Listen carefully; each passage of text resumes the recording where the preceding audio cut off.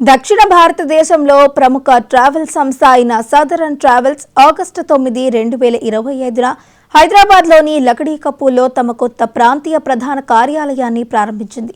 ఈ కార్యక్రమం తెలంగాణ, ఆంధ్రప్రదేశ్లోని కస్టమర్లకు సమర్థవంతమైన సేవలను అందిస్తుంది.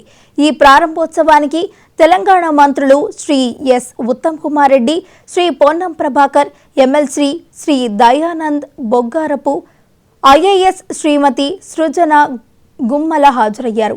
1970లో స్థాపించబడిన సదరన్ ట్రావెల్స్ ప్రపంచవ్యాప్తంగా 50 లక్షల మంది కస్టమర్లకు సేవలు అందిస్తుంది. ఈ కొత్త కార్యాలయం కంపెనీ వృద్ధికి, కస్టమర్లకు మెరుగైన సేవలు అందించడానికి తోడ్పడుతుంది. అంతేకాకుండా విజయవాడలోని కనకదుర్గ దేవాలయం దగ్గర 225 గదుల లగ్జరీ హోటల్ను కూడా నిర్మించనున్నట్లు Southern Travels managing director Krishnamohan Alladi తెలిపారు.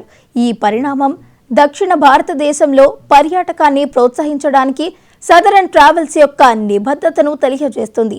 మరిన్ని వివరాల కోసం వారి వెబ్సైట్ను సందర్శించవచ్చు. 50,000 పైన మందికి మనం సర్వీస్ చేస్తాం. దాదాపు 50 లక్షల పైన కస్టమర్స్ మనతో ట్రావెల్ చేశారండి వేరియస్ ప్లేసెస్ కి. ఆల్ ఓవర్ ఇండియాలో టూర్లు ఉన్నాయి, ఫారెన్ టూర్స్ ఉన్నాయి. మనకి ఒక నాణ్యతగా, నమ్మకంగా, చాలా జాగ్రత్తగా చేస్తున్నాం. ఈ రోజు ఎంతో మంది 3 తరాల నుంచి మన దగ్గర టూర్లు వెళ్ళిన వాళ్ళు ఉన్నారు. తాత ఉన్నారు, వాళ్ళు కొడుకున్నారు, వాళ్ళ నెక్స్ట్ జనరేషన్ వెళ్తున్నారండి. నమ్మకంగా చాలా ఒక ప్రిన్సిపల్స్ తో మనం ఈ సంస్థని పైకి తీసుకొచ్చాం. మాకు ట్రావెల్ డివిజన్ కాకుండా హోటల్ డివిజన్ ఉందండి. హోటల్ డివిజన్ లో ఒక 225 గదులు ఉన్నాయి టోటల్ గా. ఢిల్లీలో హోటల్ ఉందండి, జైపూర్ లో 4 స్టార్ డీలక్స్ హోటల్ ఉంది, విజయవాడలో హోటల్ ఉందండి, వారణాసి కాశీ విశ్వనాథ్ కారిడార్ లో గుడి లోపల ప్రైమ్ మినిస్టర్ మోదీ గారు.